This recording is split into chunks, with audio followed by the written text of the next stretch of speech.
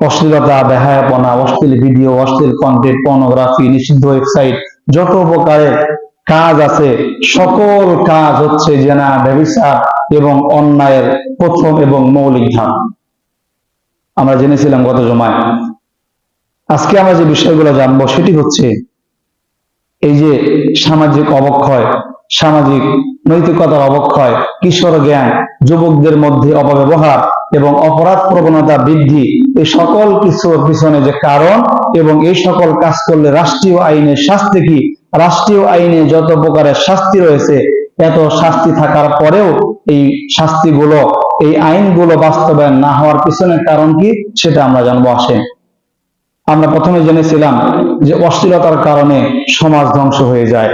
সমাজ ধ্বংস হওয়ার যে জরিপ যে কারণ সেটি হচ্ছে সামাজিক অবক্ষয়ের ঘটনা, কিশোর এবং যুবকদের মধ্যে অপব্যবহার এবং অপরাধ প্রবণতা বেড়ে যাওয়ার যেই কারণ, এর কারণ উপলক্ষে মানে এই কারণের পিছনে, এই কারণের অপরাধ প্রবণতা বৃদ্ধি, যুবক এবং কিশোরদের মধ্যে অন্যায়ের মানে দিন দিন অন্যায় বেড়েই চলছে। কারণটা কি? এর কারণ জরিপ করতে গিয়ে, গবেষণা করতে গিয়ে Bangladesh police cyber crime unit report 2023 এবং 24 অনুযায়ী, ভালো করে মুখস্থ রাখবেন, মনে রাখবেন, Bangladesh police cyber crime unit report 2023-24 অনুযায়ী কিশোর গ্যাংদের দ্বারা যৌন হয়রানি, ব্ল্যাকমেইল, গোপন ভিডিও রেকর্ডিং এর ঘটনা বেড়েছে। কারণ ইউটিউব, সোশ্যাল মিডিয়ায় অশ্লীল কন্টেন্ট সরাসরি।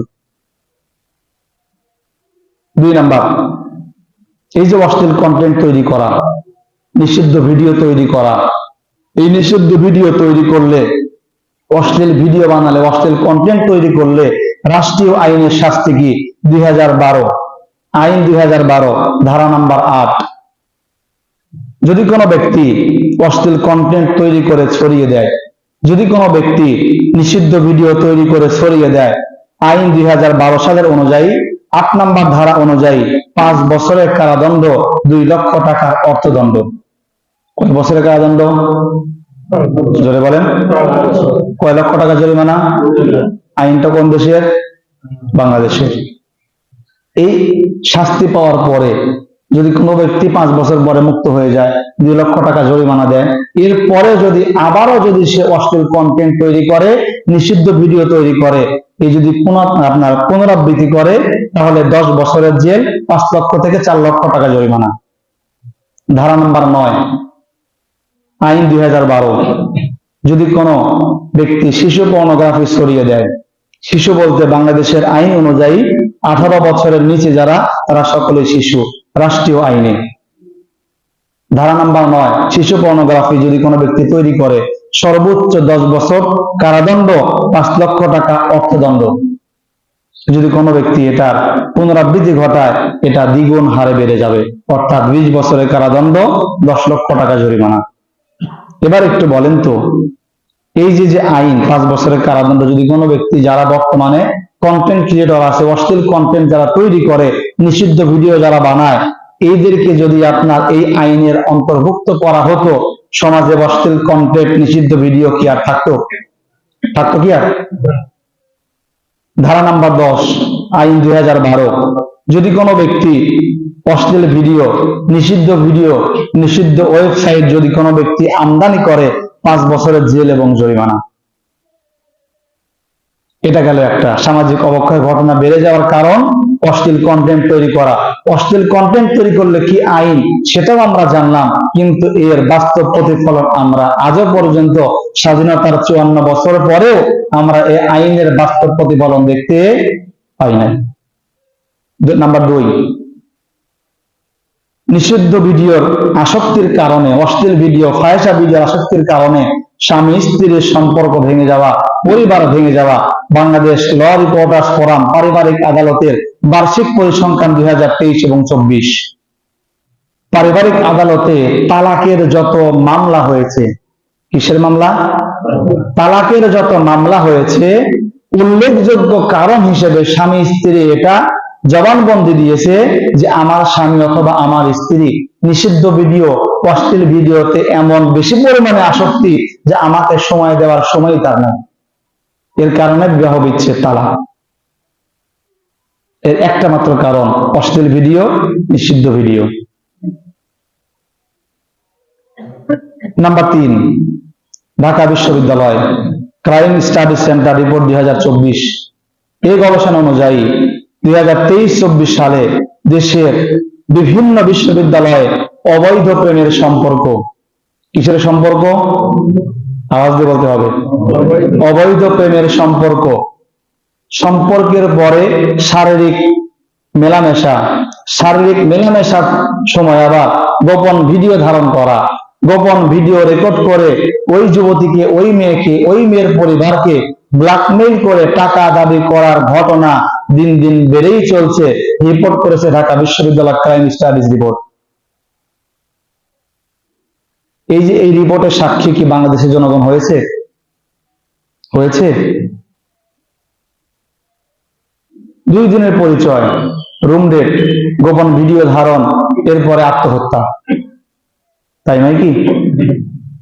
যদি এর আইন যেটা, সেটি হচ্ছে ধর্ষণের যে আইন, দণ্ডবিধি 1860, এটা সংশোধিত হয়েছে বারবার। ধারা 375, ধর্ষণের শাস্তি ন্যূনতম সর্বনিম্ন 10 বছরের কারাদণ্ড, সর্বোচ্চ আজীবন কারাদণ্ড।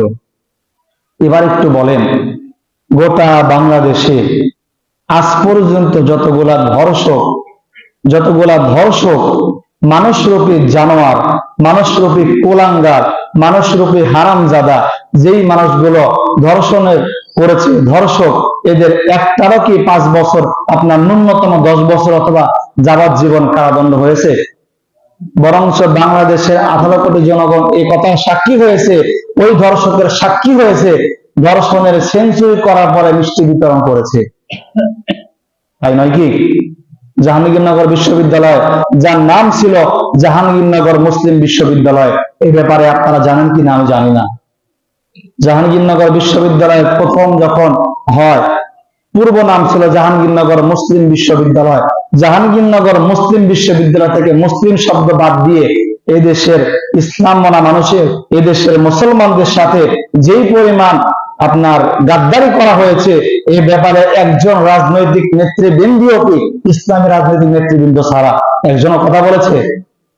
কেন কথা বলে নাই?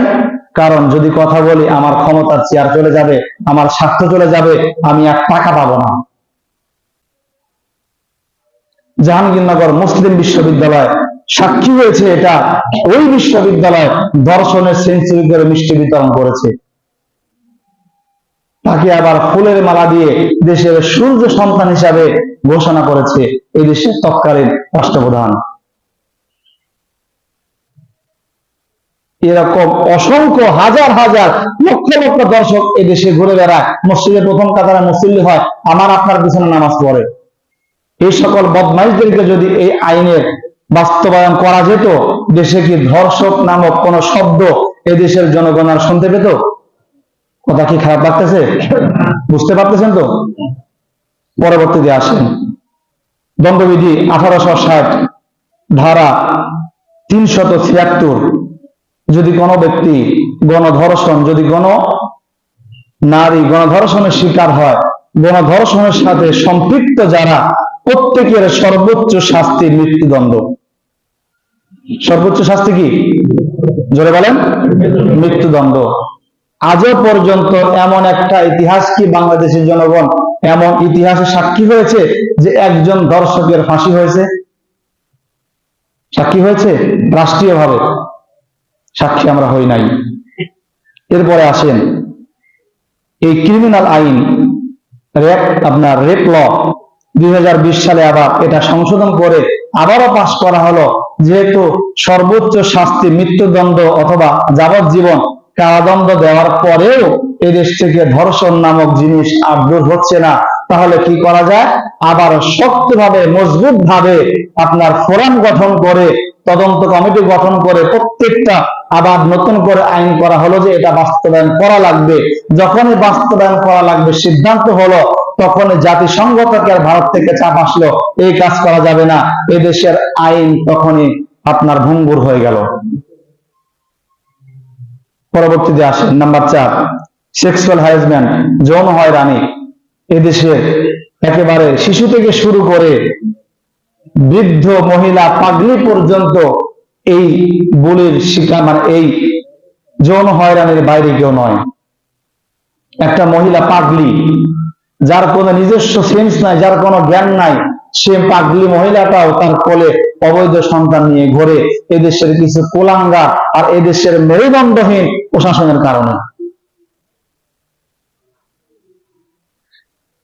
এই যে যৌন হয়রানি বা ইফটিজিং, ইফটিজিং এর সংজ্ঞাটা কি? এদেশের রাষ্ট্রীয় আইন অনুযায়ী ইফটিজিং এর সংজ্ঞা অসভ্য আচরণ বা অসভ্য ইশারা, বাজে কথা, স্পর্শ করা, রাস্তায় বা অনলাইনে উত্ত্যক্ত করা, অশোভন মন্তব্য বা কমেন্ট করা, শারীরিক বা মানসিক চাপ সৃষ্টি করা, এই সবগুলোই ইফটিজিং এর আওতাভুক্ত বিদেশের রাষ্ট্রীয় আইনে, ইফটিজিং বিরোধী আইনের সংজ্ঞা অনুযায়ী।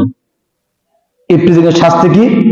হাইকোর্টের নির্দেশনা অনুযায়ী প্রশাসনিক এবং ফৌজদারি ব্যবস্থায় আপনার পেনাল কোড ধারা 509, নারীর যদি কোনো ব্যক্তি শ্লীলতাহানি করে বা তাকে অসম্মানজনক আপনার বাজে কোনো ইশারা বা কথা বলে, সর্বনিম্ন 1 বছরের জেল এবং অর্থদণ্ড জরিমানা। একজন ইফটিজিং কেউ দেখাতে পারবেন যে ইফটিজিং করার কারণে তাকে 1 বছরের যে জেলের যে মানে যে আইনটা আছে ধারা 509 অনুযায়ী এই আইন বাস্তবায়ন হয়েছে? পরবর্তীতে আসেন পেনাল কোড ধারা 506, যদি কোনো ব্যক্তি কাউকে ভয় দেখায়, ইফটিজিং এর কাউকে ভয় দেখায়, যদি আমার সাথে আমার এই কুপ্রস্তাবের সাথে যদি একমত না হোস তাহলে তো মানে বিভিন্ন ভাবে ভয় দেখানো আছে না, এরকম বিভিন্ন ভাবে ভয় দেখানো, যদি কোনো ব্যক্তি ভয় দেখায় বা হুমকি দেয় তাহলে তার শাস্তি 2 বছরের জেল। পরবর্তীতে আসেন ধারা 354, যদি কোনো ব্যক্তি হয়রানির শিকার হয় এবং যদি কোনো ব্যক্তি হয়রানি করে 2 থেকে 5 বছরের জেল। ধারা 31, যদি কোনো ব্যক্তি ধর্মীয় অনুভূতিতে আঘাত হানে তাহলে 7 বছর পর্যন্ত তার কারাদণ্ড। ধর্মীয় অনুভূতিতে আঘাত হানার পরেও আজ পর্যন্ত এই দেশে এই ধারা 71 অনুযায়ী একজন ব্যক্তিকেও 7 বছরের কারাদণ্ড দেওয়া হয়েছে এমন কোন নজির 71 পর থেকে 25 পর্যন্ত এই দেশের 18 কোটি জনগণ এই ইতিহাস সাক্ষী হয়েছে? হয়েছে কি? বরঞ্চ যে যত বেশি ধর্মীয় অনুভূতিতে আঘাত হানতে পারে এই দেশের সবচেয়ে বড় প্রগতিশীল, এই দেশের সবচেয়ে বড় সেকুলার আপনার বুদ্ধিজীবী হিসাবে সে আপনার অ্যাওয়ার্ড পায়, সে স্বর্ণপদক পায়। আমি কি ভুল বললাম? আমার কথার সাথে একমত হতে পারবেন? যে যত বেশি এই দেশে ধর্মীয় অনুভূতি তথা ইসলামকে খাটো করতে পারে, দাড়িওয়ালা টুপিওয়ালাদেরকে পায়ের নিচে ফেলতে পারে। আমরা দেখেছি রাজাকারের নামে এই দেশে ইসলামপন্থীদেরকে দাড়িওয়ালা টুপিওয়ালা দাড়িকে টুপিকে যেইভাবে লাঞ্ছিত আবার নতুন করে করা হচ্ছে বিগত 17 বছরের মতো, আমরা এ কথা বলতে বাধ্য করছি দাড়িওয়ালা টুপিওয়ালাদেরকে আবার নতুন করে যারা রাজাকার বলতে চায় এই মানুষগুলো ভারতীয় রাজাকার, ভারতীয় দালাল, এরা রয়্যাল এজেন্ট, এছাড়া অন্য কোনো পরিচয় দেন নাই। কারণ ভারতীয় রাজাকার ছাড়া এই দেশে ইসলামপন্থীদের উপরে আঘাত হানতে পারে এমন দুঃস্বপ্নকে দেখতে পারে না, এমন স্বপ্নকে দেখতে পারে না। সুতরাং আসেন, এই যে এতগুলো আইন, এত কঠোর আইন থাকার পরেও এই দেশে এই আইনগুলো বাস্তবায়ন না হওয়ার পিছনে একমাত্র কারণ স্বাধীনতার 54 বছর পর্যন্ত যতগুলো রাজনৈতিক দল ইসলামী দলের সাথে মিশে হোক, ইসলামী দলকে ছাড়া হোক, যতগুলো আপনার রাজনৈতিক দল এই দেশে ক্ষমতার ভার গ্রহণ করেছে, একজন ব্যক্তিও, একজন রাজনৈতিক ব্যক্তিও ইসলামকে ভালোবাসে নাই, ইসলামকে সমর্থন করে নাই, একজন ব্যক্তিও ভারতের রাজাকারের বাইরে নয়। যদি আমরা এই সমস্ত আইনের বাস্তব প্রতিফলন আমরা ঘটাতে চাই, এখনো আমাদের হাতে সময় আছে না নাই? জোরে বলেন। এখনো আমাদের হাতে যে কয়েকটা দিন সময় আছে, যদি আমরা এই রাষ্ট্রীয় আইনগুলো যদি আমরা বাস্তব প্রতিফলন ঘটাতে চাই, আর যদি আমরা মৃত্যুর আগে যদি একটা বার দেখতে চাই একজন ধর্ষকের শাস্তি, মৃত্যুদণ্ড, ফাঁসি হয়েছে, আমরা তৃপ্তি নিয়ে কবরে গিয়ে শান্তি পাবো ইনশাআল্লাহ। যদি আমরা এই আইনের বাস্তবায়ন দেখতে চাই, তাহলে একটা বারের জন্য হলেও সংসদে কোরআন পাঠাতে হবে। এই ব্যাপারে আপনারা একমত কিনা? যদি সংসদে কোরআন পাঠাইতে পারেন, হাদির মতো আর কাউকে জীবন দিতে হবে না। আবার যদি আমরা কোরআন পাঠাইতে না পারি, শুধু হাদি নয়, শুধু জুলাই অভ্যুত্থানের আপনার হাজার হাজার শহীদ নয়, হাজার হাজার পঙ্গু নয়, যদি আমরা আবার পাঠাইতে না পারি, এই দেশের 18 কোটি জনগণ একজনকেও জীবিত রাখা হবে না, শুধুমাত্র ভারতীয় রাজাকারদের কারণে। আজকে থেকে প্রতিজ্ঞা নেন, যদি হাদি ভাই ভক্তের প্রতিশোধ নিতে চান, এর একমাত্র প্রতিশোধ সংসদে কোরআন পাঠাতে হবে ইনশাআল্লাহ। আল্লাহ রাব্বুল আলামিন